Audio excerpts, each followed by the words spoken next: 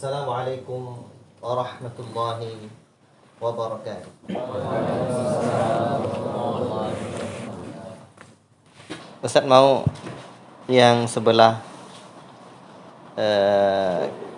kanan saya mahasiswa MI yang kusa dan i'dad. Yang sebelah kiri yang sebelah kanan yang santri, yang sebelah kiri yang mahasiswa kusa. Ya. Biar saya dapat membedakan mana yang santri dan mana yang mahasiswa MI.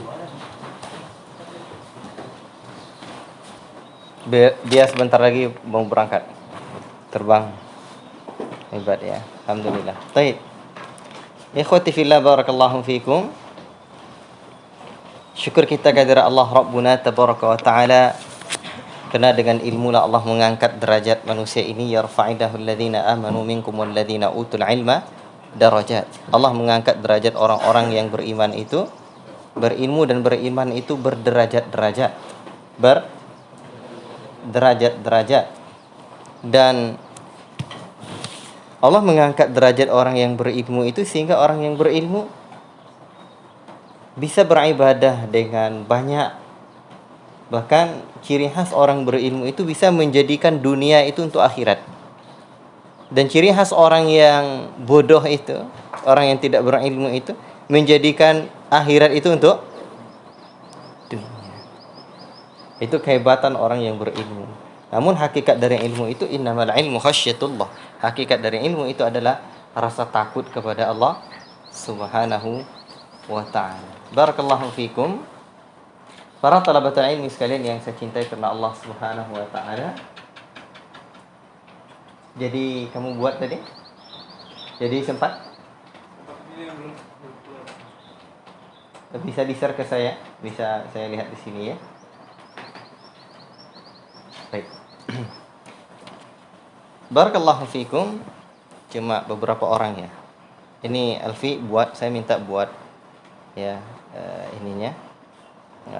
Isi nanti absennya setelah selesai ini ya. Siapa yang sudah belajar dan siapa yang belum, itu setiap materi kuliah buat isi absennya di hampir jam-jam terakhir ya, jam terakhir. Atau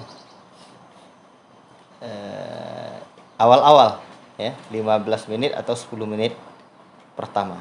Nah, nanti udah selesai ya gitu. Paham tuh? Baik. Barakallah.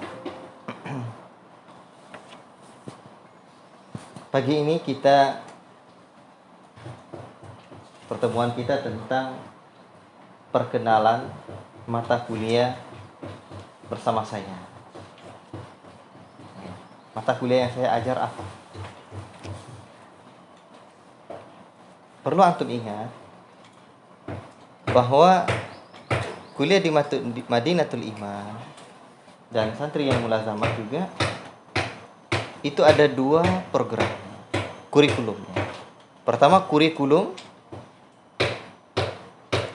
yang dari KUSA dan nanti bulan Muharram dimulai insyaallah. Yang kedua, kurikulum yang dari pesantren ke pesantrenan.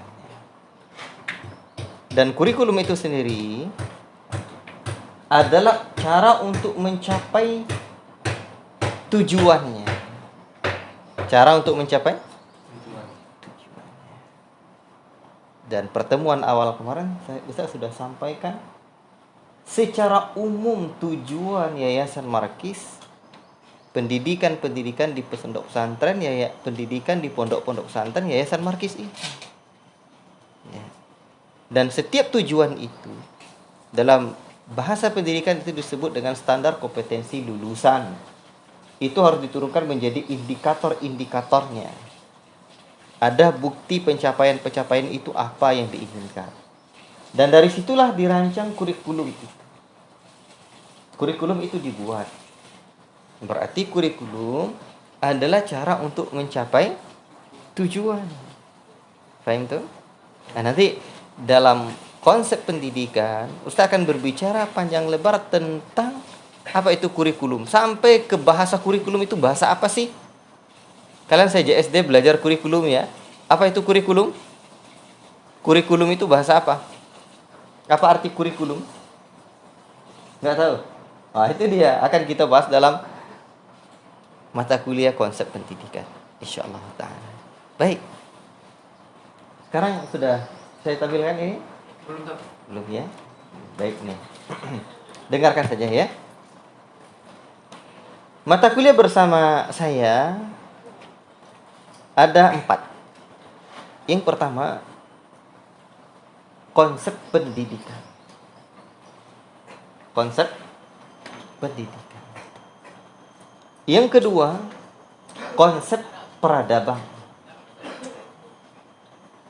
Yang ketiga, yang tidak nyata nggak apa-apa, yang tidak buat resume kuliahnya silahkan nggak apa-apa, cuma nanti tanggung saja ujiannya ya. Saya buat ujian, nanti terserah saya soalnya. Baik. Yang ketiga, sejarah peradaban. Yang keempat, pengembangan diri. Atau nanti ini kepribadian. Saya mulai menguraikannya dari pengembangan diri ini. Apa yang akan kita ajarkan untuk pengembangan diri ini? Antum mau diri antum berkembang? Mau diri antum berkembang? Pribadi kita ini harus menjadi pribadi mukmin yang sejati. Allah Subhanahu wa taala sebutkan wala tamutunna illa wa antum muslimun. Jangan kamu mati kecuali kamu betul-betul mati dalam keadaan Muslim itu, orang muslim disebut muslim kenapa? Karena ada Islam dalam dirinya. Berarti dalam diri dia itu terinstal Islam. Orang mukmin disebut mukmin karena ada dalam dirinya iman.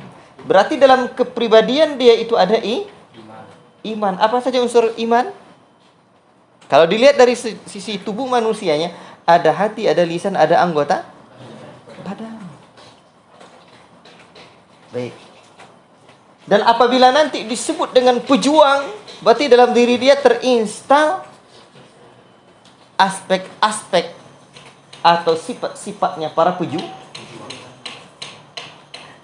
Jadi pengembangan diri ini adalah mendidik pribadi santri. Mendidik pribadi santri. Apa saja pelajaran di sini?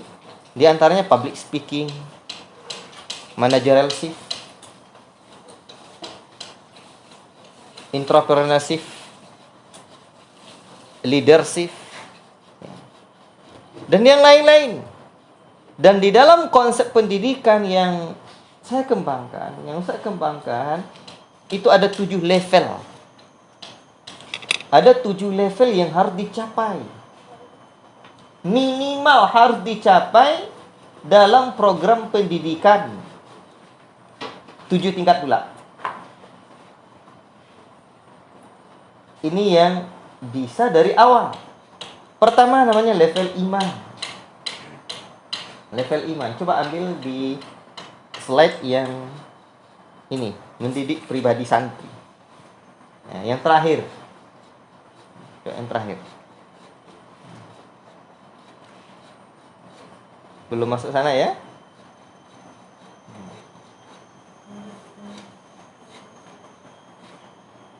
Nanti kamu apa aja? Masukkan saja. Nanti baik. Jadi dalam hal ini, ikhwati fillah barakallahu fikum, maka ada 7 level yang saya kembangkan.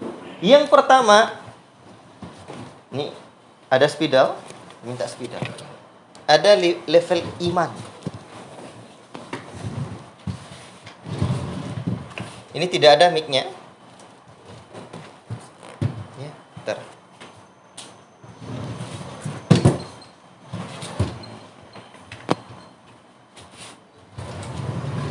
Baik. Ada namanya level iman. Perhatikan sini ya. Kondisikan saja.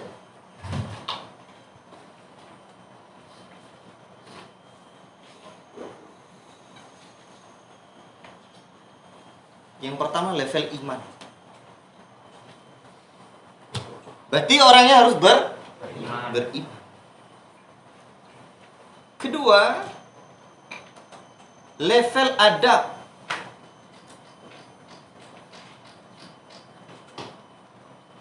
Yang ketiga, level dewasa.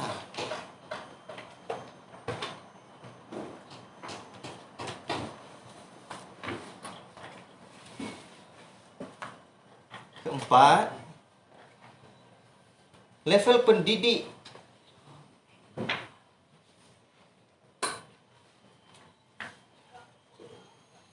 Kelima, level pejuang. Keenam, level pemimpin.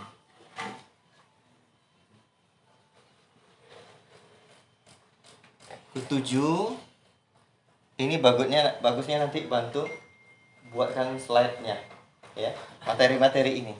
Jadi Mbak kata Ustaz Jefran, teman-teman media ini bisa belajar banyak sebenarnya di materi-materi ini ya. Nah, kemudian yang terakhir, level penasehat. Baik. Ada berapa level? 7. Ada 7. 1, 2, 3, 4, 5, 6, 7. Salah letak nomornya ya. Baik, gak apa-apa. 7 inilah. Ustadz kok berarti ini dulu, terus ini, dan ini. Yang Ustadz buat sekarang begini. Dan sebenarnya ini tentang konsep. Itu minimal ada 4. Ya. Ada tujuan, ada kurikulum, ada program, ada kurikulum, ada evaluasi. Tentang pendidikan ya. Dan di lembaga kita ini Ustadz buat seperti ini. Seharusnya seorang pejuang di level iman ini juga sudah ada. Nanti saya uraikan lagi. Level iman ini yang pertama. Jadi pengembangan diri, mendidik kepribadian santri. Ini judulnya. Nanti Ustadz buat judul bukunya ini, namanya Mendidik Pribadi Santri.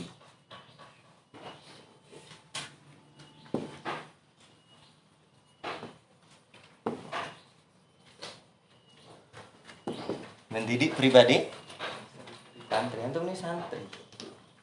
Nanti yang level doktor pun nyantri lagi. Nyantri itu kan cantrik, berasal dari kata cantrik. Cantrik itu apa? Cantrik itu seseorang yang mengikuti kiai. Kemana kiainya pergi, dia belajar, dia mulazamah, itu cantrik. Paham tuh? Ya. Nah, santri. Jadi mendidik pribadi santri yang saya kembangkan ini 7 level ini.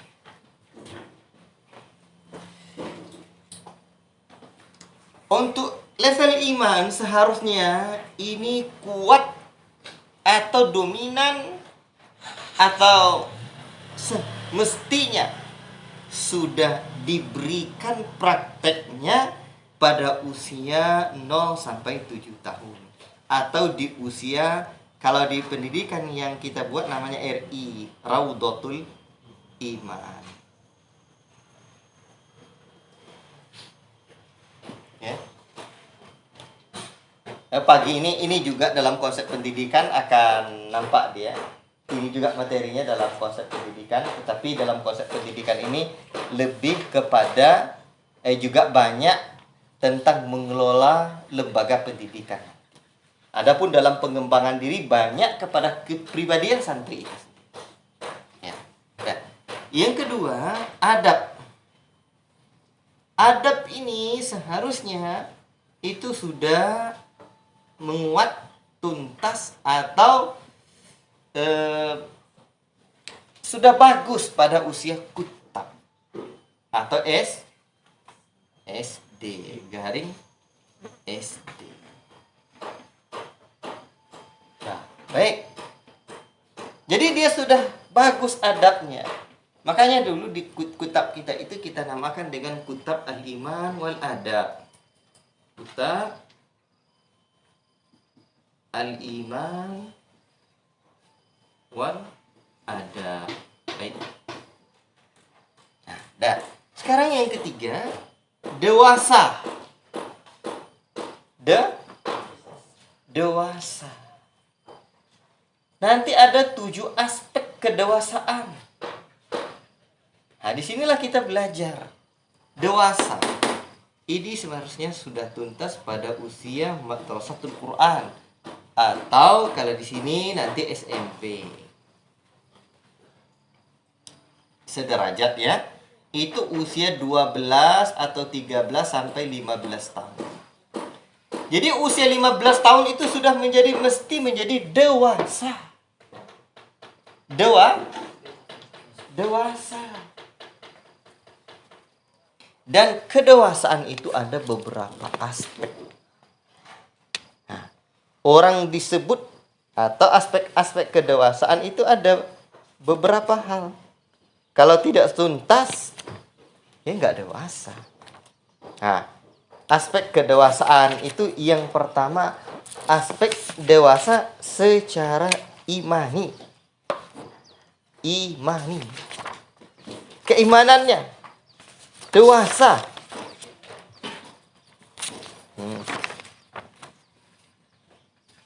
Dewasa itu berarti ada 7 aspek kedewasaan. Pertama, iman.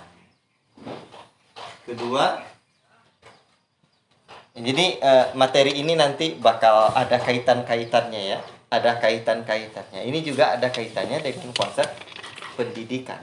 Ya, tidak hanya dalam konsep pengembangan diri. Yang kedua, aspek iman. Yang kedua, akal. Ketiga,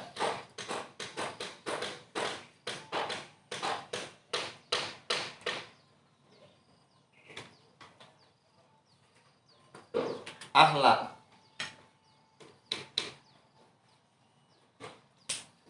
Keempat, ini aspek sosial.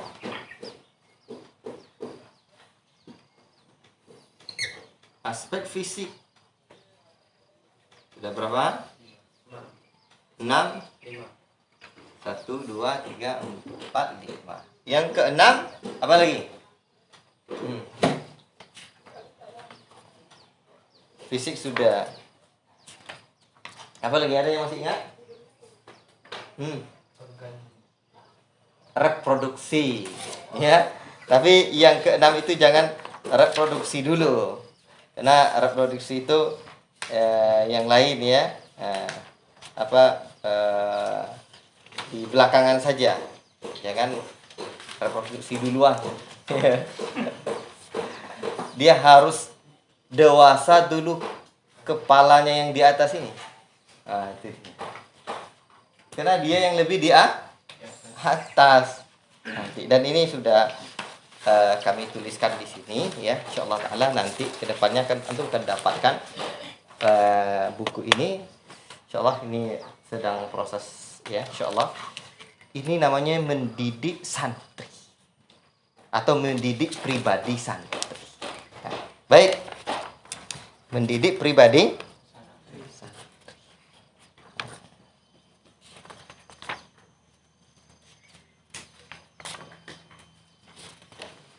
Baik. Tadi satu ada emosinya. Emosional. Kemudian reproduksi.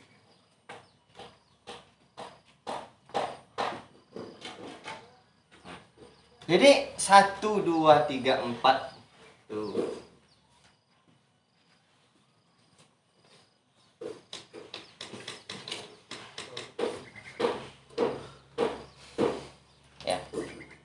Ini akan lebih diuraikan nanti dalam pengembangan diri. Tahu dalam pendidikan juga. Ini akan diuraikan dalam pendidikan. Tapi pengembangan diri ini, kalau tentang pendidikan, nanti ini juga dibahas, tapi juga ada materi tentang mengelola lembaga pendidikan. Adapun pengembangan diri ini, akan orang dewasa seperti apa, seorang pendidik seperti apa, ya, pendidik lagi. Jadi pendidik ini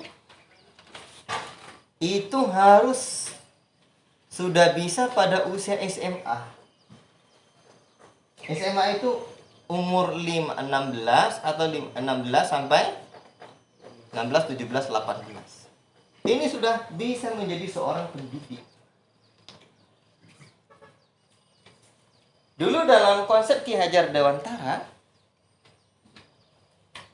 itu sudah disebut dengan pamong.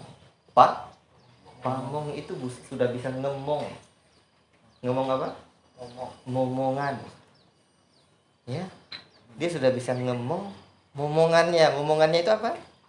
Anak. Jadi usia 18 tahun itu sudah bisa beranak, tapi jangan antum yang lahir. Makanya usia-usia segitu sudah harus bisa mendidik. Tapi tidak akan pernah bisa menjadi pendidik kalau tidak dewasa dulu. Apa saja nanti aspek-aspek kedewasaan itu? Nah itu. Dan ini secara umum. Nanti ada indikator-indikatornya lagi. Imannya yang dewasa itu seperti apa? Akal yang dewasa itu seperti apa? Jadi nanti jiwa emosinya seperti apa? Atau jiwanya ya, kemudian sosialnya seperti apa, akhlaknya seperti apa, atau adabnya, fisiknya seperti apa, reproduksinya seperti apa, ya. Ini enggak, reproduksinya sudah aktif, tapi yang di atasnya belum aktif. Nanti akan kita diskusi nanti. Paham tuh? Maka tidak akan pernah bisa menjadi seorang pendiri kalau belum dewasa. Orang dulu umur nikahnya umur usia berapa? 15, 16, 17. Siapa yang bisa ngikuti saya nanti? Saya tunggu murid-murid saya. Saya 18 tahun 3 bulan dan nikah. Pendidik. Terus seorang pejuang. Sebenarnya seorang yang dewasa juga sudah bisa jadi pejuang. Orang yang beradab atau usia anak-anak, usia kutab ini juga bisa menjadi seorang pejuang. Tapi yang saya inginkan membuat program ini, ya, sudah betul-betul menguat pada usia level yang kelima ini. Ini level S1. Sekolah itu jangan lama-lama. Kalau bisa SD itu jangan 6 tahun. Ini enggak 6 tahun. Apa sih yang dipelajari? Coba kalian ingat betul-betul 6 tahun kalian belajar SD, yang diingat sekarang apa aja? Kalau memang nanti akan ada di konsep pendidikan itu revolusi usia pendidikan. Kalau bisa 4 tahun dah cukup 4 tahun aja. Kenapa lama-lama? Ya. Nah, tapi oke lah. Nanti untuk yang formalnya inilah kita buat ya. Ini sudah S1 ini. Sudah wajib jadi pejuang. S1 enggak pejuang. Apa kata si dia? Enggak pejuang. Sudah S1 enggak pejuang. Itu namanya memalukan, sangat-sangat memalukan. Ini bakal enggak terekam nanti. Ya. Cari mic-nya. Kemudian setelah selesai S1-nya, S2 itu sudah betul-betul jadi pemimpin. Ini udah terlambat ini. Seharusnya di sini udah bisa memimpin. Tapi yang saya maksud pemimpin di sini, dia sudah bisa memimpin yang di bawah nih. sudah bisa memimpin orang dewasa, sudah bisa memimpin para pendidik, sudah bisa memimpin para pejuang-pejuang. Kalau dalam tentara itu, dalam tentara itu ada komandannya. Dia sudah bisa memimpin komandannya. Sudah bisa memimpin komandannya. Kalau di sini dia sudah bisa, nanti kita buat kriterianya lagi. Nah, di sini dia sudah bisa mimpin. Mimpin apa saja? Mimpin sekolah. Mimpin pondok. Ya. Kalau di sini sudah bisa berkawin. Jadi kalau belum dewasa nggak usah kawin-kawin dulu. Memalukan. Ya on dulu yang di atas ini, baru yang di bawah. Paham tuh? Gitu, ya. Ini enggak.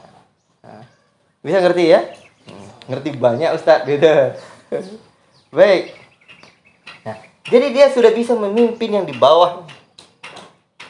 Berarti yang saya maksud dengan pemimpin di sini ini adalah pemimpinnya umat. Pemimpin bukan pemimpin diri sendiri lagi. Di sini. Dewasa ini.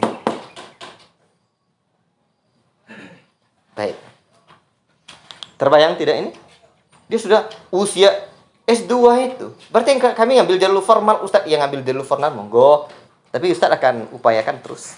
Kalau yang mulazamah di markas ilmu dan tazkiyah, nanti itu ngambilnya ya yang lebih simpel lagi di UT, atau yang online yang lebih simpel lagi. Nah, tapi saya anjurkan semua untuk ngambil S1, S2 dan S3. Kalau Ustaz, nah biar aja saya jadi mimpin kalian aja. Gitu aja ya. Jadi pemimpin umat. Inna Ibrahim kana ummah. Sesungguhnya Ibrahim satu umat. Doa kita orang beriman itu apa? Ini kalau kuliah sama saya itu melebar nanti ya. Walaupun ada mata kuliahnya tapi melebar. Melebar gitu ya. Meluas. Nggak bisa. Nah, harus saling terikat. Apa doa kita? Waja'alna lil muttaqina imama. Di sini ada rahasianya sebenarnya ini. Kenapa kok Allah dulu kan orang muttaqin dulu baru imam? Kan bisa saja imam dulu baru bertakwa. Ya Allah, jadikan kami imam orang bertakwa. Tapi takwa dulu baru jadi imam gitu. Lil muttaqina imamnya orang bertakwa. Laki-laki dan perempuan. Makanya standar baru sukses itu salah satunya apa? Bermanfaat buat umat dan akhwat. Itu dia. Jangan hanya buat umat saja. Dah ini bisa jadi pemimpin. Jadi cita-citanya jadi apa? Lil muttaqina imamah itu. Karena ini doa untuk apa? Kalau doa waja'alna lil, apa awalnya itu? Apa awalnya? Rabbana hablana min azwajina. Ya Allah, berikan kami hablana min azwajina, dari istri-istri kami. Ini satu istri atau dua istri? Ala kulli hal. Bukan itu pembahasan kita sekarang. Istri-istri kami dan anak-anak keturunan kami. Waja'alna lil muttaqina imama. Dan jadikan kami berimam bagi orang yang bertakwa. Itu. Ini enggak ahwat nyari apa? Mau nyari imamku. Bang, mau enggak mau jadi imam saya? Nih levelnya. Ini dewasa aja belum. Bodoh amat lu ahwat. Ya. Nyari apa? Enggak tahu ilmunya. Jadi imamnya cuma pandainya imam apa? Imam sholat sir. Salat jahar kabur ke masjid deh dia. Dicarinya istri penghafal Quran, ya, hafiz 30 juz, hafizah. Nanti apa? Kata bapaknya apa? Kamu nyari istri hafizah Quran hafal 30 juz. Kamu hafal juz 30 saja atau belak-belakan ya? Enggak tahu. Dia punya akal. Apa caranya? Aman deh kalau sholat apa? Sholat sir nanti saya di rumah, pas giliran sholat jamaah baru deh masjid. Giliran apa? Sholat jahar. Itu udah keliru semua itu. Semuanya harus di masjid. Baik. Antum jangan gitu nanti. Baik, ini sudah level pemimpin. Terakhir, level apa? Penasehat. Ini sudah S3. S3 nggak bisa jadi penasehat. Orang lulus. Dan nanti akan, ya di sini mulai dari sini sudah harus ini kita banyak nanti untuk riset, ya. Jadi level pendidikan markis itu kalau udah di level ini, S3 itu udah level seorang penasehat, ulama. Ya. Gak bisa penasehat kalau nggak punya ilmu. Berarti kalau yang sudah saya lepas dari mana, di mana ini? Di sini ya nanti akan diketahui. Ya ini udah bisa juga, udah bisa juga. Tanya kalau pendidikan formal sekarang level penasehat. Maka jadi apa? S3 itu nanti ya harus dia punya ilmu pengembangan dirinya. Ini ilmu kepribadiannya. Makanya untuk kurikulum pendidikan ini saya uraikan secara ya menyeluruh saja. Pendidikan itu ada SKL namanya. Standar kompetensi lulusan.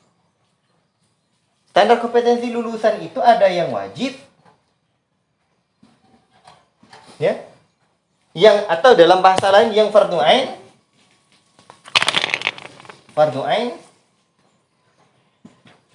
ada yang fardu kifayah,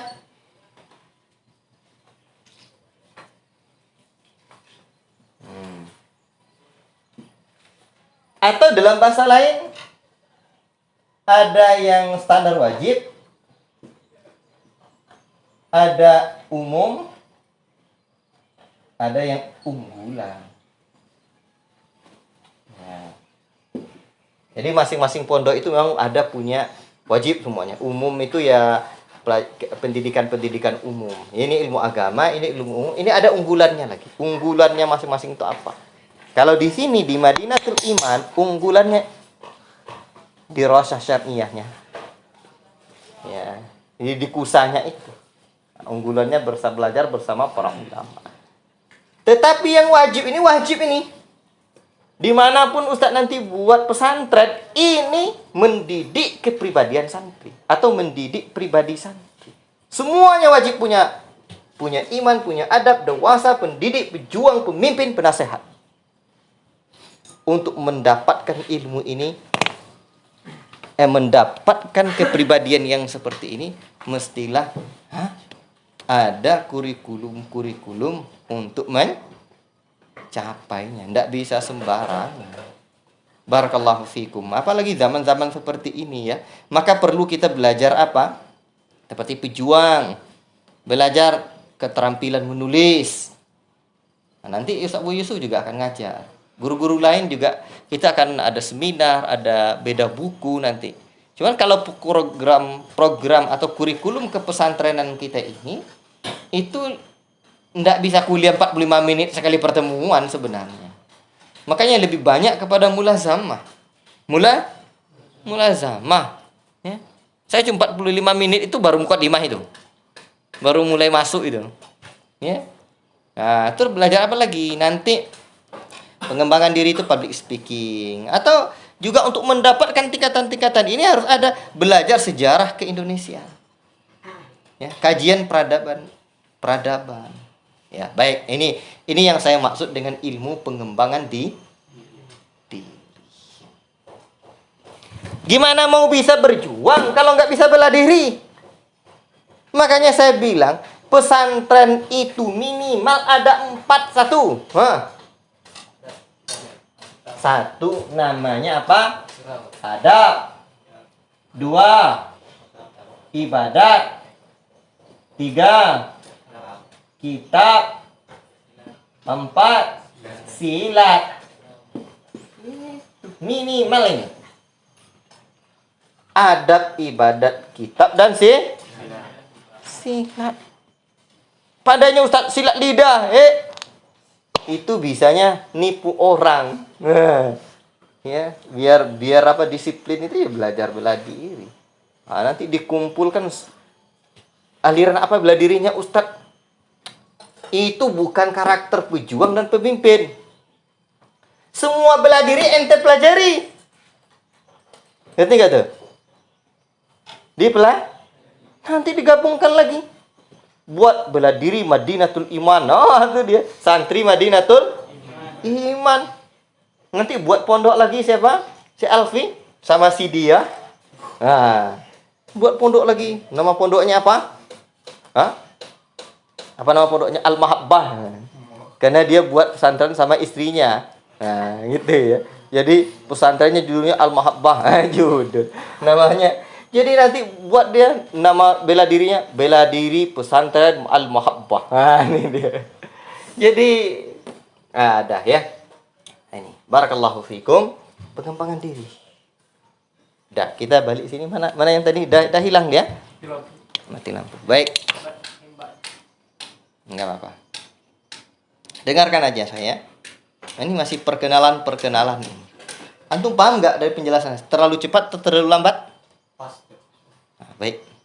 Yang paling penting itu sekarang antum paham. Apa saya ngomong-ngomong kalau antum nggak paham, rugi. Ya. Baik. Itu dari pengembangan diri, mata kuliah yang keempat. Yang ketiga, mata kuliah yang kedua dulu. Yang pertama dulu saya uraikan. Konsep pendidikan. Konsep pendidikan ini itu nanti di dalamnya ada minimal ada 4 konsep ilmu. Konsep ilmu ini saya nulis satu tulisan judulnya Pengantar Ilmu. Seperti apa, Ustaz? Ini seperti buku Sabu Yusuf, Memuliakan Ilmu. Tapi di pengantar ilmu ini itu lebih banyak muatannya, kandungannya termasuk nanti syair ilmu. Ilmu itu apa? Adab-adab para penuntut ilmu, ya. Kemudian petuah-petuah para ulama tentang ilmu. Nah, ini. Ya seperti buku-buku Sabu Yusuf lah tentang memuliakan ilmu dan yang lainnya. Tapi saya ramu dari kitab-kitab para ulama, insyaallah. Kemudian konsep pendidikan. Nah, nanti kita belajar ini dulu nih. Pendidikan itu apa sih? Pendidikan dan pengajaran itu apa? Orang banyak sekarang tidak ngerti apa itu pendidikan. Bahkan ya ikhwan, barakallahu fikum, sekarang ini kalau kita diminta nuliskan riwayat pendidikan, yang ditulis itu riwayat apa? Yang ditulis riwayat apa? Riwayat sekolah. SD sekian sampai tahun sekian, SMP, SMA atau MTS, MAN, pesantren, aliyah, kuliah S1, S2, S3. Selesai S3 pun enggak ada lagi. Itu namanya riwayat sekolah. Gimana orang-orang yang nggak punya riwayat pendidikan di sekolah? Gimana dia coba? Nulisnya gimana?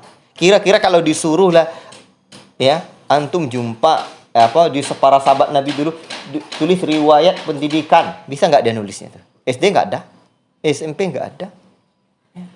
Makanya hakikat pendidikan itu harus dipelajari. Maka di sini nanti mata kuliah pendidikan ini satu pertemuan itu tentang definisi pendidikan saja. Itu yang pertama itu. Definisi pendidikan itu sehingga antum nampak dan aspek-aspeknya nanti lagi. Yang dididik itu apa saja? Dan tidak kurang nanti sudah saya sampaikan 10 istilah yang digunakan untuk pendidikan dan pengajaran ini dalam sejarah peradaban Islam. Apa saja sih? Yang antum ketahui apa aja? Tarbiyah, apa lagi? Apa lagi? Taklim. Terus? Nah, ini untuk kata pendidikan nanti ya. Belajar. Dah. Makanya saya mengatakan banyak orang, ini perkataan guru-guru kita juga, banyak orang yang menempuh sekolah tinggi tapi tidak mendapatkan pendidikan tinggi. Pendidikannya nggak pendidikan tinggi. Pendidikan tinggi ini gimana? Nih. Dapat dia. Di sini pendidikannya para pejuang, pendidikannya para pemimpin, pendidikannya para penasehat. Sehingga begitu terlahir bisa menjadi Jadi pendidikan tinggi. Ini pendidikan tinggi. Kalau ini apa namanya? S1, S2, S3 ini? Sekolah tinggi. Udahlah kita jangan sampai kalah sama Barua. Di Sumatera Barat sana itu ada sebuah sekolah namanya Sekolah Tinggi Ilmu Barua. Antum tahu? Nggak pernah tahu ya? Sekolah Tinggi Ilmu Barua. Nah, Barua itu apa? Kera bin monyet alias cingkuak bin noka. Nah, iya. Itu di Pariaman ya atau di mana? Pariaman ya. Itu namanya Sekolah Tinggi Ilmu Barua. Wah, hebat kan? Saya penasaran. Sekolah Ilmu Tinggi Ilmu Barua. Itu di YouTube ada itu. Antum ketik Sekolah Tinggi Ilmu Barua. Luar biasa. Ternyata dididik barua-barua ini, monyet-monyet ini untuk bisa ngambil kelapa. Dan monyet itu tempat ngambilnya kan tinggi-tinggi. Makanya disebut dengan Sekolah Tinggi Ilmu Barua. Kan bukan rendah kan? Itu dia. Jadi kalau hanya sekedar seperti itu, kita kalah sama aja dengan monyet ya. Itu makanya sandang, pangan, papan itu kalah kita sama monyet. Monyet itu nggak perlu sandang, papan, nggak perlu dia kan? Sandang, pangan, papan, ini nggak perlu dia. Nah, makanya antum kita ini udah sekolah tinggi. Yang pertama ada tinggi ini, coba lihat deh. Udah tinggi nih, di atas kita belajar. Ini berarti sekolah kita nih Madinatul Iman ini sudah sekolah tinggi. Antum harus pede. Maka nanti kalau antum tanya kampus terbaik menurut antum itu mana? Madinatul Iman. Itu antum harus jawab. Kalau antum nggak jawab Madinatul Iman, itu durhaka itu jadi mahasiswa Madinatul Iman itu. Jadi pendidikan terbaik, kampus terbaik itu kampusnya Madinatul Iman. Pede antum. Ya. Antum yang harus membuat kampus ini menjadi kampus terbaik. Itu dia. Ini orang mana? Kalau orang nanya, kamu kampus ini gimana? Kampus terbaik. Nanti dia. Pede antum. Nah, di sini pendidikan tinggi kita. Baik. Nah, itu dalam konsep pendidikan nanti ya. Konsep ilmu, konsep pendidikan udah. Konsep pendidikan itu nanti saya akan juga ajarkan merancang ya bagaimana kurikulum seperti ini kurikulum. Karena nanti antum selesai mondok ini ya, selesai mondok antum saya hanya kasih dua pilihan saya wajibkan dua hal. Satu, antum belajar terus, dua, antum berkarya terus menjadi pejuang. Antum udah kemana-mana nanti belajar online sekarang ini kan mudah. Antum harus sampai S3. Kalau nggak mau sampai S3, mondok di sini, pulang aja. Nggak usah mondok sini. Ngerti itu? Nggak usah, pulang. Tapi Ustaz, saya kan mau berbakti dulu sama orang tua. Antum kuliah, jarak jauh bisa. Mengikuti pendidikan kita kemas nanti bisa mengajar jarak jauh. Belajar jarak jauh. Makanya ini kampus insya Allah yang akan melahirkan kader-kader ulama, pejuang, pemimpin, dan penasehat dan pendidik umat. Seorang pemimpin gak punya karakter ini susah. Bayangkan, pemimpin gak dewasa. Ciri-ciri orang gak dewasa secara emosi itu, jiwanya itu bahaya itu. Sering apa? Gak berjiwa besar. Kerdil jiwanya. Kalau ada pemimpin kerdil jiwanya, tidak bisa. Tidak dewa. Nah, baik. Jadi konsep pendidikan itu nanti meliputi visi misi, program, kurikulum. Kurikulum seperti apa? Evaluasi dan nanti coba antum lihat rapor kita nanti. Kita punya ada 3 rapor, 3 evaluasi, buku evaluasi, 1 rapor akademik. 2 evaluasi hafalan. 3 portofolio kepribadian. Dan di lembaga-lembaga kita, saya membuat ada 3 istilah.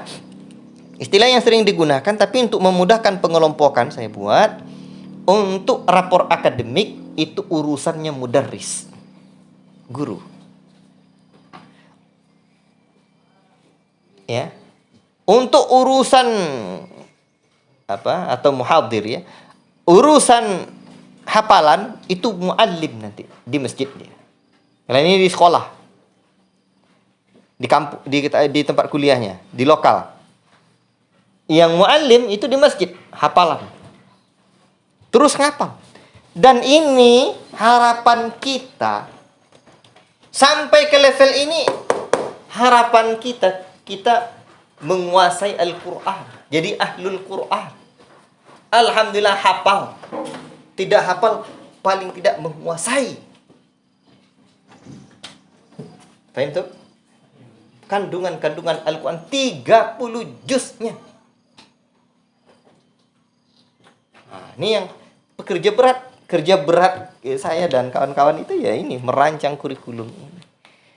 Makanya kalau belajar cuma dari pagi sampai siang, enggak terkejar. Itu harus dididik lebih dari itu. Nah, kemudian pekerjaannya portofolio kepribadian itu dididik, itu dilakukan oleh muaddib nanti. Oleh muaddib. Itu konsep pendidikan. Termasuk konsep kepesantrenan. Konsep pesantrenan.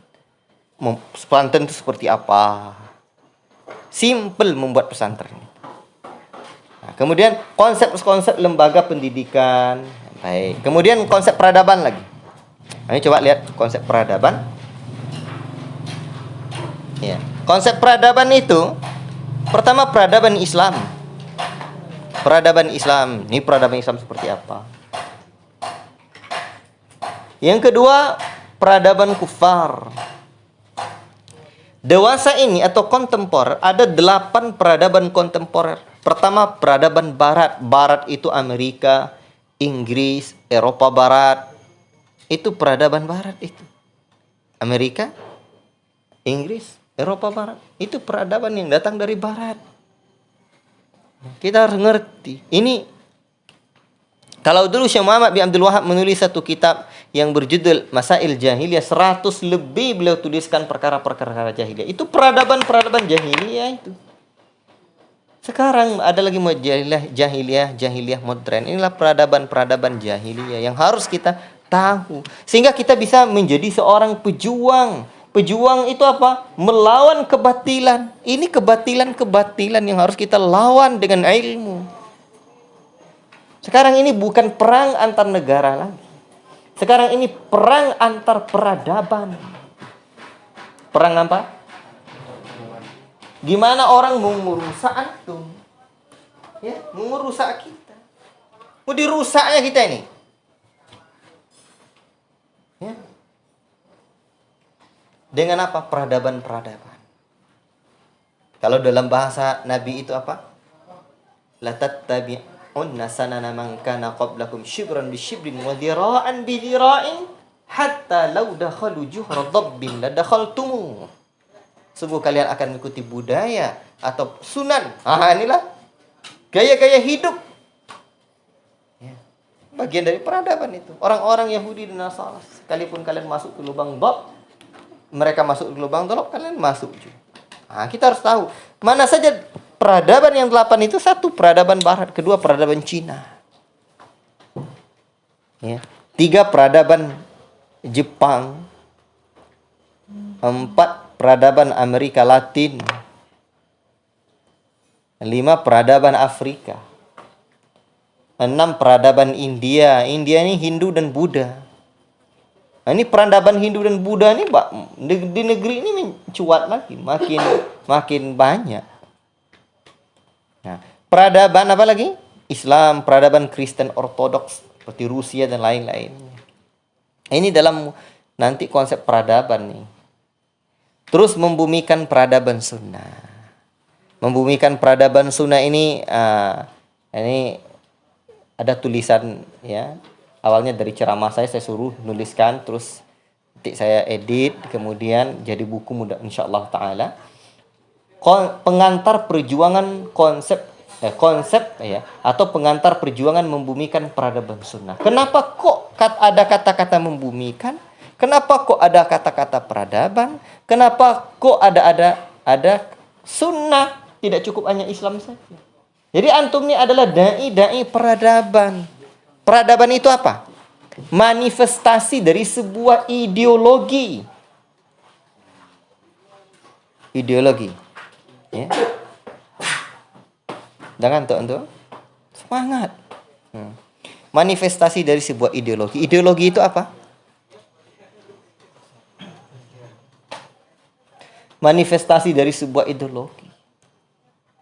Berarti kalau peradaban sunnah adalah manifestasi dari sunnah itu sendiri dalam semua lini kehidupan. Makanya ketika antum nanti dikirim dakwah ke pedalaman, antum bukan hanya sebagai seorang dai Islam, dai sunnah, tapi antum sebagai dai peradaban sunnah.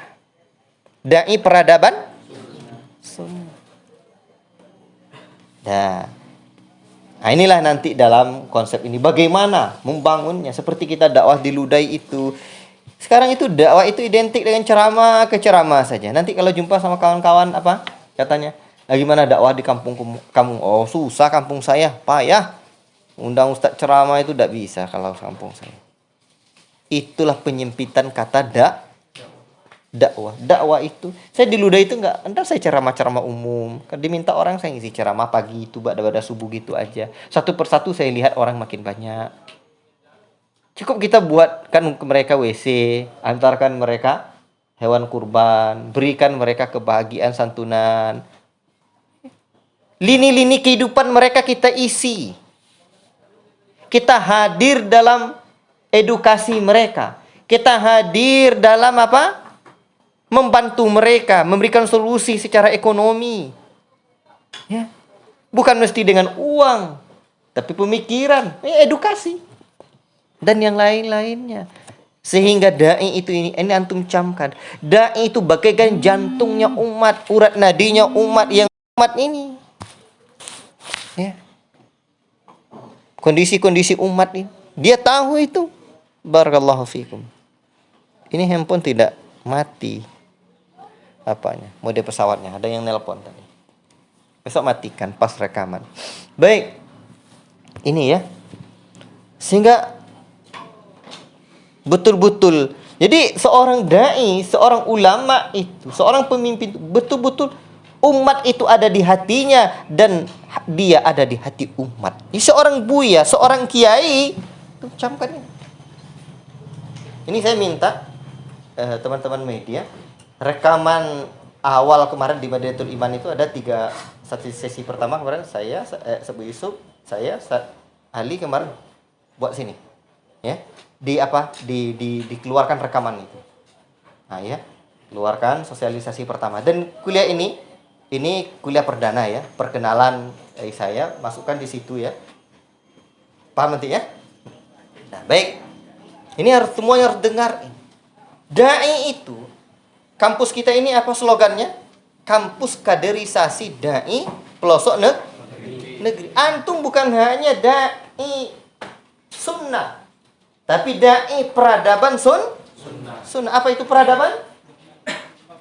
Manifestasi dari sebuah ideologi. Kalau peradaban sunnah berarti manifestasi dari sunnah itu sendiri. Di setiap lini-lini kehidupan masyarakat. Maka menjadi seorang dai di tengah-tengah umat harus ada di hati kita. Dan kita harus ada di hatinya umat. Bagaimana menghadirkan kita di hati umat? Antum jangan berbicara ngomong sana sini bin'ah gitu saja. Sekarang kita itu tantangan kita yang paling dasar itu kita mampu tidak membuktikan bahwa kita dai sunnah ini bisa menghadirkan peradaban masyarakat di atas sunnah Nabi. Bisa tidak kita membangun peradaban umat itu ke taraf yang lebih baik? Kita hadir dari setiap lini-lini kehidupan masyarakat itu. Islam tidak membawa dunia, Tapi Islam bagaimana datang, bagaimana mengatur urusan dunia ini. Itulah membangun peradaban. Fahim tuh? Ini dalam konsep peradaban ini yang mau saya ajarkan. Nanti dakwah ke kampung seperti apa. Maka ketika pengiriman antum nanti dakwah di pedalaman itu, antum tengah berjalan. Ini sosok dai peradaban yang akan membumikan peradaban sunnah dalam kehidupan masyarakat pedalaman. Antum hadir sebagai sosok seorang ulama, seorang dai, bagaikan jantungnya masyarakat. Bagaikan apa? Urat nadinya masyarakat, merasakan getaran setiap kejadian di masyarakat itu. Antum ada di hati umat dan umat ada di hati antum. Berpikir. Fahim tuh? Untuk umat. Berarti antum harus menjadi seorang mufakir, pemikir. Ngerti ya? Makanya ini udah universitas ini. Madinatul Iman ini udah universitas ini. Universitas itu kan dari kuliah, menyeluruh. Sehingga antum bisa menjadi seorang dai peradaban. Kan kalau tanya Ustaz, apa jurusan di Madinatul Iman? Ya kalau prodi unggulan ya prodi syariah. Tapi ada yang lebih unggul dari itu. Apa itu? Ilmu syariah itu antum bisa kemas untuk membangun peradaban masyarakat. Antum lihat sosok-sosok ulama-ulama kita. Peduli dengan umat. Sekarang banyak dai tidak peduli dengan umat. Hanya dari pustaka ke pustaka, dari mimbar ke mimbar, dari meja ke meja, tidak seakan-akan tidak turun bumi. Nah, baik ini dia. Kemudian apa lagi Ustaz? Ini konsep ini mata kuliah konsep peradaban. Ada mata kuliah yang selanjutnya sejarah peradaban. Dari mana kita belajar? Tentu kita harus belajar dari sejarah. Satu negeri ingin dijajah oleh umat lain, orang-orang asing. Itu penjajahan paling hebat adalah memutuskan anak negeri itu dari sejarah peradaban bangsanya. Ini mata kuliah ini anak-anak yang tidak bisa masuk, ya, karena apa? Nggak usah masuk dalam kondisi-kondisi seperti ini. Biar kuliah di luar apa? Dengarkan rekaman ini, ya, dengarkan rekaman ini. Cuman mulai besok saya minta dibuatkan zoomnya. Jadi wajib hadir via zoom. Paham tuh? Tadi saya sendiri yang rencana mau buatkan, tapi lupa saya. Nah, ya. Adalah. Karena memang kita untuk kuliah resmi kusanya belum mulai. Muharram nanti. Tapi ini melihat kondisinya kita mulai program kuliah kepesantrenan kita ya. Nah itu. Sejarah peradaban ini apa saja? Sejarah peradaban Islam dari masa ke masa. Mulai dari sejarah apa? Peradaban Islam di timur, sejarah peradaban Islam di dinasti Umayyah, dinasti Abbasiyah, Ayyubiyah, Mamluk dan Uzbekistan, peradaban Islam di Afrika sana, peradaban Islam di benua Hindustan. Di mana itu benua Hindustan? India. Terus? Pakistan. Ya, situlah benua Hindustan. Benua kecil sebenarnya, tapi menarik sejarah peradabannya. Ya. Sejarah Islam di Afrika, peradaban Islam di benua Safawiyah, Utsmaniyah, Andalusia, dan sejarah peradaban Islam di Nusantara. Nanti bisa kita mulai dari Nusantara ini biar terbuka pikiran antum. Bagaimana Islam kok bisa bertahan di negeri ini padahal Portugis, Belanda, Jepang dulu menjajah negeri ini. Kenapa akidah umat ini tidak berubah? Mereka menjadi kafir. Tidak. Itu dakwah para pendahulu kita berdakwah ke negeri ini luar biasa. Menancapkan akidah umat. Maka sekarang kita sebagai seorang da'i di atas manhaj salaful ummah harus berpikir dari teknik strategi yang dilakukan itu. untuk menancapkan akidah para sahabat di dada-dada masyarakat Nusantara ini. Nah ini ya. Sehingga antum nampak Islam bagaimana masuk ke negeri ini. Termasuk sebenarnya dalam sejarah peradaban ini perjuangan umat Islam dari masa ke masa di negeri ini. Ya. Barakallahu fiikum. Politik Islam itu kalau masuk politik praktis susah. Makanya para ulama kita tidak menasehatkan. Ya. Tapi dari sisi mana kita nanti? Kita bisa berbuat kok untuk negeri. Jadi kita belajar ini. Bahkan nanti saya akan ajarkan. Ini kan masa rentang belajarnya yang ada 5 tahun ini. Antum yang kuliah 4 tahun. Ya. Antum masih lanjut ini. Jenjangnya. Antum masih lanjut nanti. Ustaz, bisa enggak dapatkan pendidikan ini nanti Ustaz? Program Ustaz ini kalau kami studi di luar negeri? Ya bisa. Dunia dalam genggaman hari ini. Duniamu dan duniaku gitu ya. Antum udah mulai tidur aja. Nah, pikirannya. Kan ada orang yang hadir badannya tapi tidak hadir pikirannya. Jadi dunia ini sudah dalam genggaman. Duniamu dan dunia. Nah, itu bahaya sekarang. Dah. Jadi belajar inilah. Bagaimana nanti kita bisa belajar apa? Sekarang orang melihat misalkan Pak Harto. Pak Harto ini orang melihat jeleknya aja. Keliru kita sebagai manusia kalau seperti itu. Ada banyak sisi kebaikan Pak Harto. Belum membangun masjid. Ya. Beliau mengirimkan dai-dai di transmigrasi. Kontribusi terhadap Islam itu juga luar biasa. Terlepas dari kekurangan dan kehilafan para dai itu. Nah, sehingga kita bisa melihat dari sisi-sisi yang lain. Bagaimana Pak Habibie? Kita bisa melihat. Sehingga antum betul-betul mendapatkan apa? Pendidikan yang juga memahami di mana bumi antum, di mana antum memijak bumi. Katanya di mana bumi dipijak, di situ langit dijunjung. Ini enggak, ta'zir aja semua enggak. Kita harus mengerti sisi-sisinya. Sehingga kalau dikatakan negeri ini apa? Kita mesti nasionalis. Hei. Ini pendidikan antum di Madinatul Iman ini, antum akan melahirkan dai-dai sunnah yang mengerti tentang negeri antum nasional. Nah, nanti antum kan saya ajari bagaimana akan saya sampaikan mata kuliah Pancasila. Sejarah negeri ini, sejarah Indonesia dan kepancasilaan. Ini penting ini.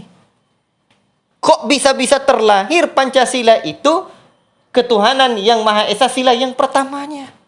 Kok ada kata-kata adil dan beradab? Belum lagi konsep-konsep pendidikan negeri ini. Tujuannya menghadirkan manusia-manusia Indonesia yang berakhlak mulia. Undang-Undang Dasar Pancasila itu apa? Undang-Undang Dasar 45 itu apa bunyinya? Dengan rahmat Allah yang Maha Kuasa, atas rahmat Allah yang Maha Kuasa, dan didorong dengan atas apa? Dan didorong dengan keinginan yang luhur. Itu keyakinan Ahlus Sunnah itu.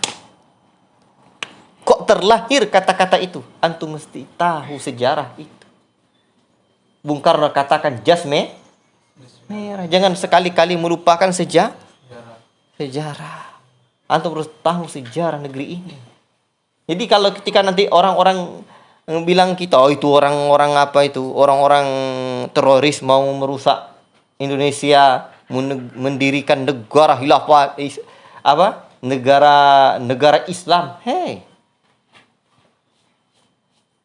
Saya pengen mahasiswa-mahasiswa saya, murid-murid kita ngerti ini, jadi lebih jago dari guru-guru sejarah di sekolah-sekolah umum itu. Paham tuh? Nampak tidak? Nih. Makanya saya merasa ini mata kuliah kita ini ya mudah-mudahan alhamdulillah ya.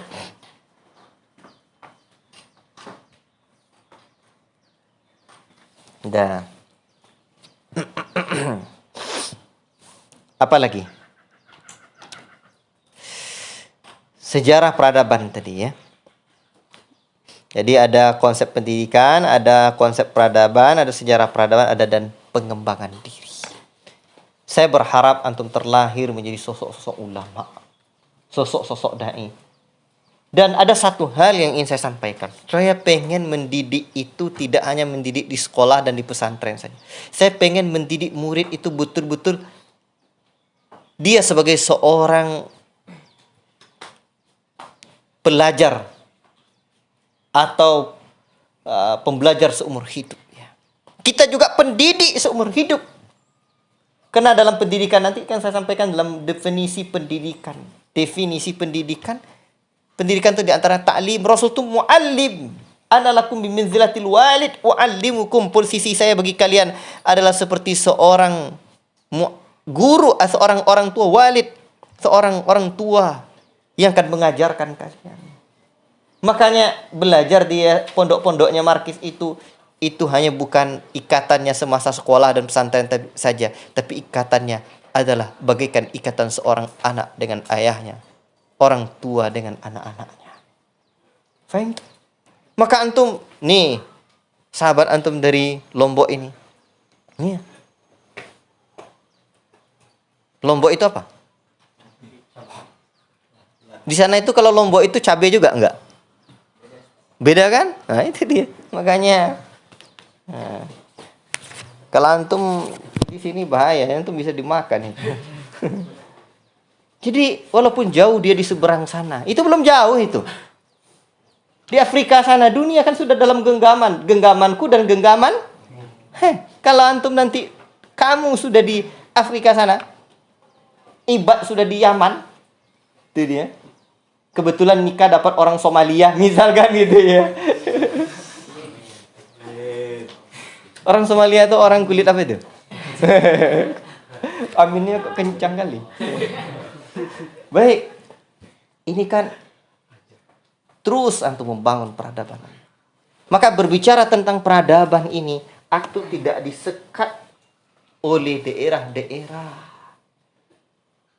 Maka salah satu menurut saya karakter santri pejuang itu, santri pemimpin, santri pendidik, santri penasehat itu luas jaringannya. Luas? Catat itu. Luas?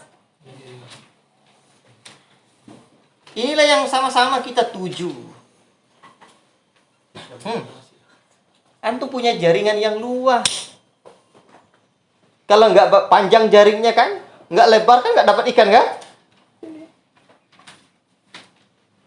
Jadi luas wawasannya, luas juga jaringan. Itu ada dalam karakter santri pejuang itu, ya. Salah satunya ini luas jaringannya. Bukan jaringan internetnya saja yang luas. Jaringan apa itu? Punya korelasi, punya kawan-kawan. Maka kalau ada santri yang bercita-cita, kamu mau di mana, dakwah di mana? Kemarin ada yang bilang sama saya mau jadi guru tahsin, Ustaz. Di mana ya? Di tempat dia ada aja. Ayo di guru tahsin. Itu asin kali itu. Kalau cuma gitu, harus manis antum. Ya. Ala kulli hal. Jadi sekarang banyak sekolah itu tidak bisa menumbuhkan cita-cita santri. Kemarin kita usahakan camping dengan anak-anak kita, Tarbiyatul Quran. Itu kan sudah usia-usia SMA itu. Itu pindahan dari pondok lain. Saya tanya, apa cita-citamu? Ada yang jawab mau jualan pempek katanya. Kenapa begitu? Karena ternyata orang tuanya juga jualan pempek. Oh, itu sebenarnya perlu kita gali lagi. Berarti dia cinta sama ayahnya. Itu boleh jadi kehebatan ayahnya. Nah, tapi sayang, kalau cuma seperti itu, orang tuanya masih gagal. Sekolahnya, pondoknya juga masih gagal. 3 tahun di pondok cuma cita-cita seperti itu, saya tanya. Makanya pesantren itu salah satu tugasnya, menurut saya, itu bisa menumbuhkan cita-cita santri. dewasa itu sudah mesti orang dewasa itu kan punya ini dia. Kun rajulan rijlu ala sarasa sabita. Wahamatu apa? Kun rajulan rijlu ala sarasa sabita wahamatu himmati fawqa suraya saniqah.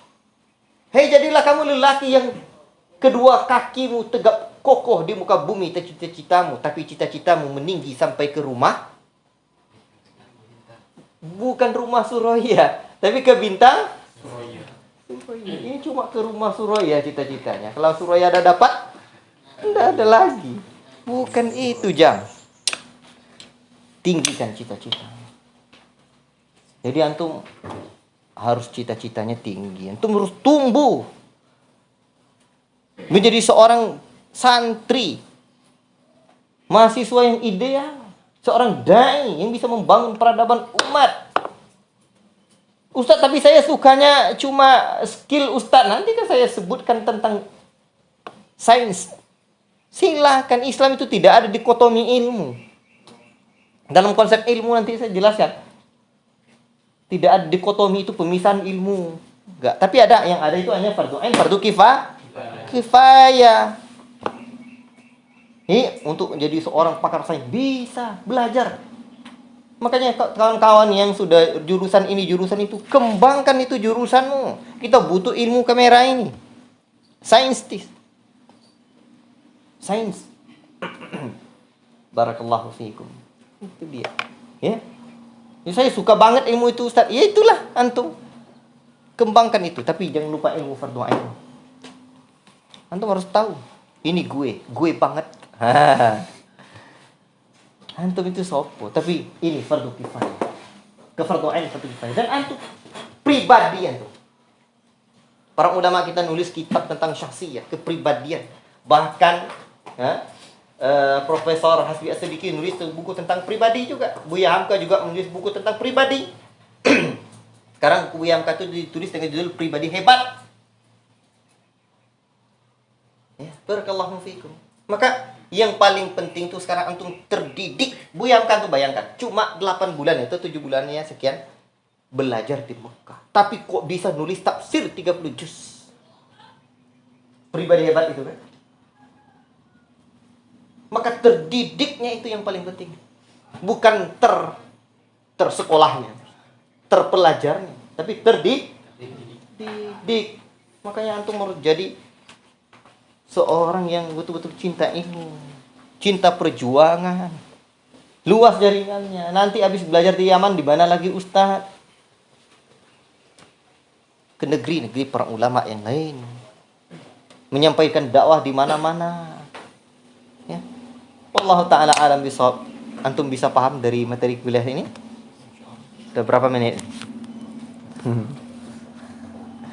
Ini ada rekamannya. Sudah 1 jam 13 menit ya. Ada pertanyaan silakan. Kalau ada pertanyaan. Biasakan bertanya. Hei, sekarang itu harus bisa bertanya. Bahkan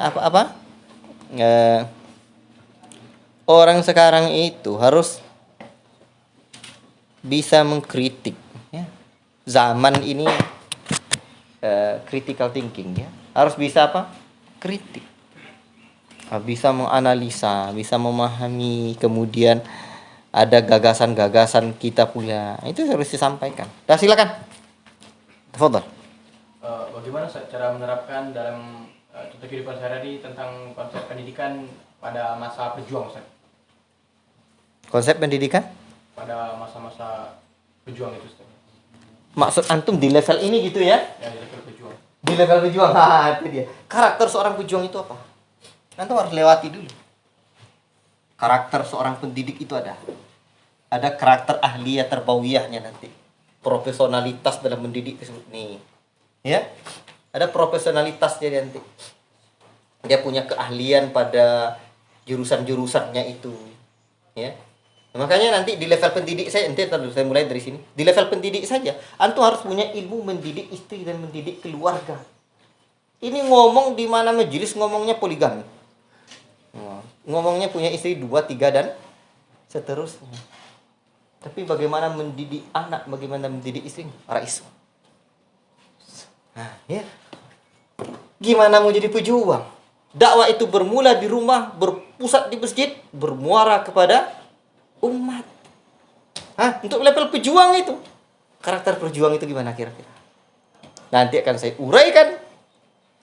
Tapi ini, ya, saya sudah ada di tulisan tentang konsep pendidikan Markis itu karakter ulama pejuang atau kiai pejuang atau santri pejuang. Santri pejuang nih.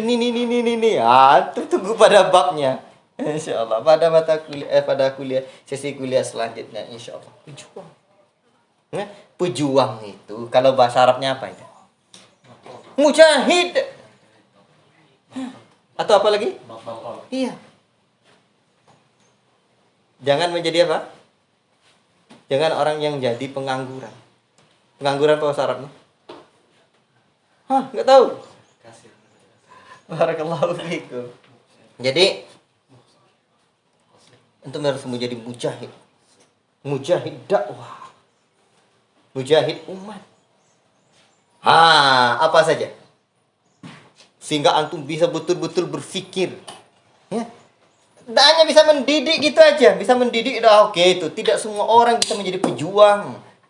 Tapi antum bisa buat memimpin pesantren nanti. Udah berapa pesantrennya? 12. Wah, itu dia. Ya. Ini nggak boleh istri itu 4. Ini punya pondok cuma 1. Ya. Mau punya istri 4 pula tuh. Ada-ada aja. Ya kan? Orang puluhan ratusan pesantrennya istrinya cuma 1. Ini baru istri punya pondok 1 ngomong istri 4. Ini intermezzo saja ya. Itu soal lain itu, bab lain itu. Bab rizki antum itu. Udah, jadi maksud saya inilah ya ikhwan yang harus antum renungkan, dan apa saja aspek-aspek pejuang nanti insyaallah. Pendidik lagi, itu belum lagi, dewasa baru. Belum pendidik lagi, belum pejuang lagi. Belum pemimpin lagi. Pemimpin tuh Rasul kan sosok pemimpin. Ya, apa saja karakter pemimpin? Sini ada Ustaz Jefran cantumkan kayaknya. Karena ini saya yang menguasai, Ustaz Jefran yang ketak-ketiknya ini, ya. Nah, nanti mudah-mudahan jadi buku. Bersabar untuk mencetaknya. Ya. Yang konsep pendidikan itu udah lumayan tebal juga. Kalau pertanyaan tentang pejuang tunggu waktunya nanti, insyaallah. Karakter seorang pejuang. Karakter seorang pejuang. Ini pribadinya. Adapun ilmu syar'inya, ini perlu juga saya uraikan ini. Ilmu syar'inya, kalau yang di Markas Ilmu dan Tazkiyah itu kan, ini kan kita ambil apa? Ambil program ilmu syar'inya di KUSA ya. Tapi yang di Markas Ilmu dan Tazkiyah itu kan tidak formal ya. Itu Raudatul Iman, habis itu Kutab, kemudian di level ketiga ini namanya MQ, Madrasatul Quran. Jadi 3 tahun itu udah belajar tafsir 30 juz itu. Untuk tafsirnya tidak saya wajibkan, yang bisa alhamdulillah. Ya, tafsir 30 juz. Kemudian di level SMK-nya SMA-nya MH, Madrasatul Hadis. 3 tahun ini. Tapi yang dari sini ya mulainya. Yang dari sini ya mulainya itu belajar kutubus sittah itu. Kutubus sittah 3 tahun bisa ustaz. Ada metodenya. Ada metodenya. Itu kita ambil dari metode yang ada di Bina Hindustan. Itu dia. Dan seterusnya. Seterusnya ilmu syar'i lagi. Ini apalagi ustaz? Setelah kutubus sittah ini banyak lagi, Jang. Ini belajar kitab-kitab fikihnya para ulama. Banyak fikih-fikih. Sekarang 4 mazhab yang terkenal itu perlu dipelajari. Kemudian ini di S2 apa lagi? Tentang sejarah. Sejarah itu harus diteliti lagi. Itu kan ini contohnya saja ya. Tapi kalau di Markas Ilmu dan Tazkiyah itu ya ini dasar ya. Kutubus sittah itu. Itu belum lagi pengembangannya. Itu baru dasar-dasarnya saja. Seperti tafsir itu baru tafsir secara maudu'i itu. Maudu'i itu apa? Tematik. Dari awal sampai akhir seperti Ramadan kemarin kan itu tematik aja itu. Bukan maudu'i ya, tematik. Ya, baru pengenalan itu. Sekarang itu orang doktor. Jadi sebenarnya ini kekurangan metode universitas yang ada hari ini. Sekarang tuh bayangkan, untuk menyelesaikan S3 itu hanya berdasarkan bahas penelitian saja. Metode Al-Imam At-Tirmizi dalam Ilalul Hadis.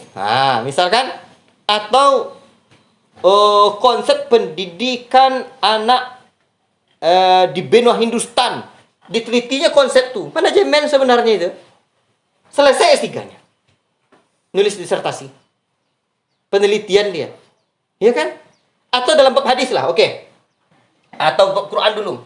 Metode Al-Imam, misalkan Al-Imam siapa yang antum? An-Nasafi. Metode Al-Imam An-Nasafi dalam penafsiran hadis, penafsiran Al-Quran. Dia telitinya kitab Imam An-Nasafi misalkan. Selesai itu S3 dia, ilmu Quran. Cuma sebenarnya ini metode. Maka yang paling bagus menurut saya itu dianya menyelesaikan tafsir Quran dari Al-Fatihah sampai An-Nas.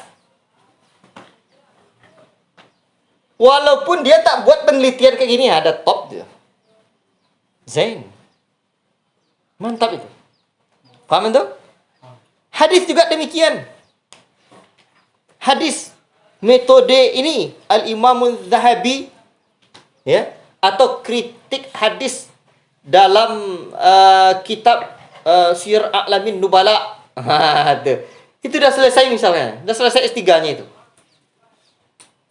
Alangkah lebih bagusnya kalau diselesaikan kutubus sittah itu dari mulai kitab Sunan At-Tirmidzi atau Sunan Abi Daud, Sahih Bukhari, Sahih Muslim, Sunan At-Tirmidzi, Abu Daud, Sahih Bukhari, Sahih Muslim, An-Nasai dan Ibnu Majah. Selesai itu. Makanya di benah Hindustan itu ada metode yang seperti itu. Paham tuh? Kita ambil metode itu, kita kemas dalam manhaj ya yang sahih, insyaallah, yang sahih ya. Barakallahu fikum. Paham ya? Adapun pengembangannya di selanjutnya. Maka nanti ini yang ngambil programnya yang di KUSA, sebenarnya ini pula sisi-sisi kelebihannya dan kekurangannya. Di Markas Ilmu dan Tazkiyah ya seperti itu. Nanti seiring berjalan waktu saya ingin mencoba lagi mengemas program itu. Doakan mudah-mudahan ini nanti ini kan dari sisi ilmu itu keunggulannya itu. Jadi kalau wajibnya itu kepribadian tadi. Wajibnya, unggulannya ini. Program unggulannya, kalau di sini ada belajar ilmu syar'i dengan turuk para ulama yang sekarang ya. Kalau di Markas Ilmu dan Tazkiyah nanti beda. Tapi apakah bisa dibuat nanti di program ini? Ini yang berat saya melihatnya, tetapi mudah-mudahan ke depannya. Mudah-mudahan ke depannya, atau mungkin antum selesai nanti atau gimana ya, kita lihatlah kondisinya. Ini karena kalau di Markas Ilmu dan Tazkiyah ya turuknya itu, langkah marhalanya itu iman, adab. Kemudian ini kan kepribadian, ya kan? Habis iman adab itu materi-materi iman, materi-materi adab masuk ke materi Quran. Selesai Quran tafsir 30 juz. Di pendidik ini, itu kan karakter, kepribadi tadi. Kalau unggulan tentang keilmuannya, masuk hadis. Jadi pengenalan pertama ya simpel saja, pengenalan kutubus sittah. Baca. Orang baca kitab hadis saja, untuk riwayat, itu simpel saja. Dia baca gitu aja, selesai, kasih ijazah. Ini di sini. Cuman untuk mencapai tafsir Quran seperti itu memang cukup ilmu alatnya. Ya, ilmu alatnya. Dan sekarang ini konsep kita ini kan baru kita menemukan narasi atau model pendidikan atau model program pendidikan, tetapi menerapkannya ini harus diturunkan dalam kurikulum apakah tercapai pada usia SMP yang keunggulan-keunggulan tadi? Yang keunggulan-keunggulan tadi. Apakah tercapai Quran itu di usia SMP dengan kondisi anak yang seperti itu? Apakah tercapai hadis itu 3 tahun itu untuk kutubus sita dengan kondisi anak seperti itu? Itu butuh dilihat lagi. Cuman jenjangnya seperti itulah. Dan harapan kita selesai. Minimal mungkin di S1. Ya. Itulah yang harus digodok. Itu diakas ilmu dan tazkiyah. Namun kalau ini wajib ini. Orang yang beriman, orang yang beradab, dewasa, pendidik, pejuang, pemimpin, penasihat, wajib. Paham tuh? Adapun tentang keilmuan tadi, itu keunggulannya. Keunggulan ilmu syar'inya ya. Itu. Dan sekarang antum kalau dengan kursa ini nanti S2-nya juga lanjut lagi. Ya, lanjut lagi dan ujung-ujungnya ya juga ke sana. Makanya kalau menurut saya kalau kuliah di luar negeri sekarang, kalau seperti di Madinah misalkan, itu bagusnya antum talaki dengan para ulama. Kuliahnya dengan metode terkini. Sampai-sampai saya pernah mendengarkan di YouTube itu Syekh Shalih As-Utsaimin bertanya kepada Syekh Shalih Fauzan hafizahumullah taala tentang silabus yang dibuat sekarang di universitas itu. Ternyata banyak membuat mahasiswa-mahasiswa yang memang pemalas juga itu tidak mengerti, tidak mengenal kitab-kitab para ulama terdahulu. Habis di silabus saja. Habis di muqarrar saja. Di apa namanya? Di buku panduan-panduan terbaru ditulis oleh dosennya saja. Sehingga tidak kenal lagi dengan kitab-kitab klasik dahulu. Rugi sebenarnya. Makanya terbaiknya kalau kuliah di luar negeri antum ada beberapa tipe. Pertama orang yang kuliah saja tidak mulazamah. Ada orang yang mulazamah saja tidak kuliah. Ada orang yang mulazamah dan juga kuliah. Saya melihat tipe yang ketiga nih yang paling bagus. Sehingga bisa mengemas kitab klasik itu dalam metode kekinian. Wallahu taala a'lam bishawab. Itu ya. Ini terlalu panjang saya menjawab, tapi insyaallah taala nanti ya antum dapatkan. Jadi antum ini ya, saya alhamdulillah jazakallahu khairan. Teringat saya. Sekarang antum di level S1 nih sebenarnya. Tetapi saya harus ulang. Ini kan harapannya kita tadi. RI, TK PAUD, PAUD TK, SD, SMP, SMA, S1, S2, S3. Itu harapan kita. Harapan kita. Dan ini nih ya ikhwan, tergantung orangnya.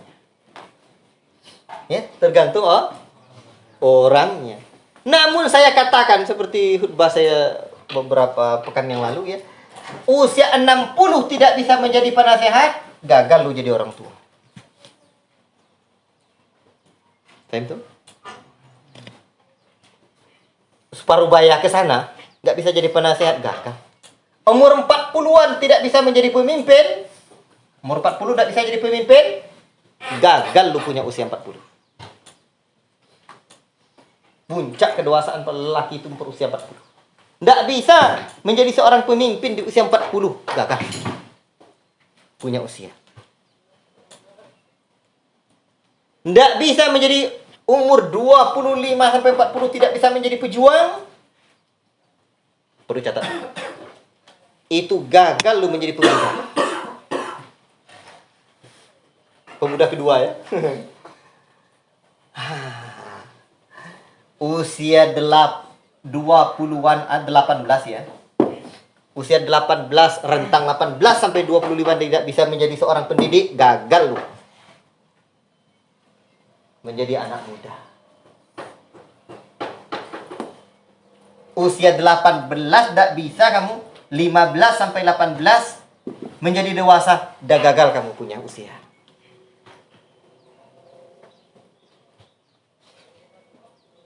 Usia 12 tahun tidak mendapatkan adab, itu gagal orang tuanya mendidik anak. 0 sampai 7 tahun tidak tertanam dalam dirinya atau tidak ada keteladanan iman pada keluarganya terhadap anaknya, usia 7 tahun itu gagal. Kalau materi-materinya ya belum mungkin dapat dikuasainya. Tapi prakteknya iman itu. Maka mestilah dapatkan pada usia-usia itu. Berarti saya katakan tadi apa? paling lambat bisa menjadi pemimpin itu kapan? Usia 40. Kalau dalam metode kita tuh paling cepat memimpin umat itu. Tapi kalau memimpin keluarga mesti ya. Memimpin diri sendiri mesti. Menjadi pemimpin umat paling cepat apa? Paling cepat 25-an. Itu ya. Nah, atau kalau di sini bukan usia 25. Kalau ikut ini paling cepat itu usia 21. Usia 20? 18 paling cepat bisa jadi itu kalau buat standar sekolahnya ya. Namun saya dulu usia 17 itu udah ngajar saya. Tapi pengajar tidak sama dengan pendidik ya. Ini yang saya ingin pendidik. Dan semakin hebat didikannya, semakin cepatlah pencapaian ini. Itu paling lambat, paling cepat itu sebenarnya penyebutan harapan saja sebenarnya. Faham tuh? Nah, ini. Imam Syafi'i masalahnya sudah bisa berfatwa di usia berapa?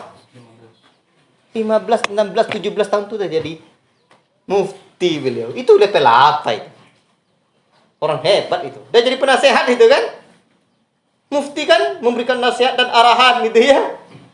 Allahu Akbar. Maka dalam pendidikan para ulama kita ternyata semakin cepat punya kepribadian. Berarti sekarang antum fokusnya apa? Mendidik kepribadian. Jadi ini antum renungkan ini. Pribadi. Dan orang itu, kata Bu Yamka, orang itu dikenang dengan pribadinya. Orang itu dikenal dengan pribadinya. Tengok sosok ulama kita Syekh Al-Albani rahimahullah taala dikenal dengan kepribadian beliau. Syekh bin Bas rahimahullah taala dikenal dengan kepribadian beliau. Syekh Ibnu Utsaimin rahimahullah taala dikenal dengan kepribadiannya.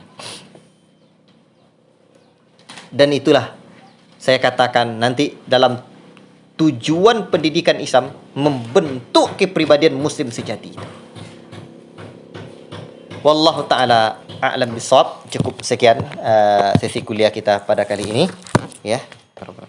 Cukup sekian, subhanakallahumma wa bihamdika asyhadu an la ilaha illa anta astaghfiruka wa atubu ilaik. Wassalamualaikum warahmatullahi wabarakatuh. Waalaikumsalam warahmatullahi wabarakatuh.